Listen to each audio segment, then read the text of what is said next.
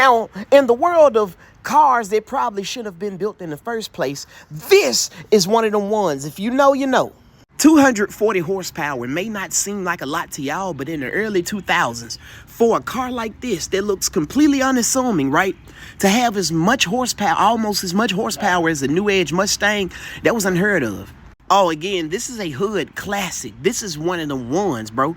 Everybody in the hood had one of these. Every blue-collar worker, every white-collar criminal, everybody had one of these. This thing nastier than a homeless schizophrenic's thong under a microscope. So in the early 90s, Dodge thought it was a good idea to rebadge the Mitsubishi 3000 GT VR4. They called it the Dodge Stealth. Both of them had all-wheel drive. Both of them had the twin-turbo V6. They had four-wheel steering, all of it. It was the same car through and through. Nasty. Both the Dodge Stealth RT and its Mitsubishi counterpart are worth the average series in 2025. These are not the type of vehicles you want to sleep on at a light, bro. In the right hands, these are monsters. Another sleeper is the E55 AMG.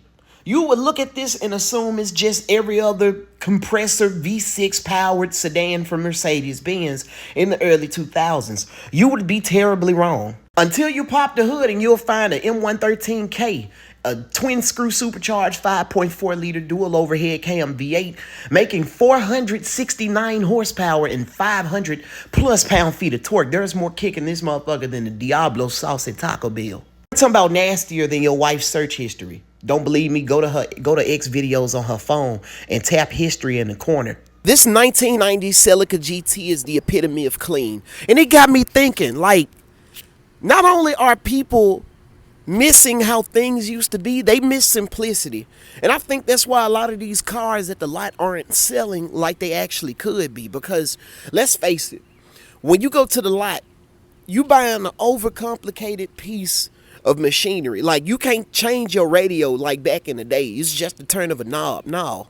You'll get into a whole car accident trying to change your radio in like a 2025 Cadillac Escalade. Sexy from every angle. The interior is also well taken care of. You gotta love these untouched JDM icons. You'll never see cars this clean nowadays. Everything has to be over the top. The most obnoxious wide body. $10,000 worth of three-piece wheels. I might be undershooting it. Might cost more now. And then he didn't do like a billet block 76 to 86 millimeter turbo. He didn't do that.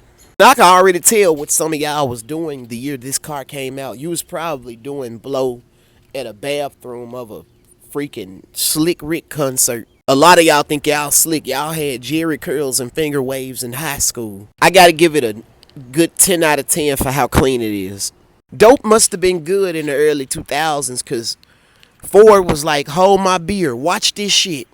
We finna throw a Mach 1 4.6 in a Panther body. We're gonna call it a muscle sedan. Ford's idea behind this was to just build some fast-ass parts bin car. When I say parts bin, that's exactly what I mean. You got a Crown Victoria sport interior, Crown Victoria tail lights, Grand Marquis front cap, Mach 1 Mustang 4.6. They was better off going with like a Cobra, Terminator Cobra, supercharged 4.6, but it's neither here or there. Beautiful part about this car is everything that Ford did or every other car company did in the early 2000s was very unpredictable and unexpected. Now you expect them to come out with some crossover. You expect them to come out with some car that bears a legendary naming moniker, you know, but don't actually be anything close to the original car. No, the Marauder was its own thing. There was nothing else like it.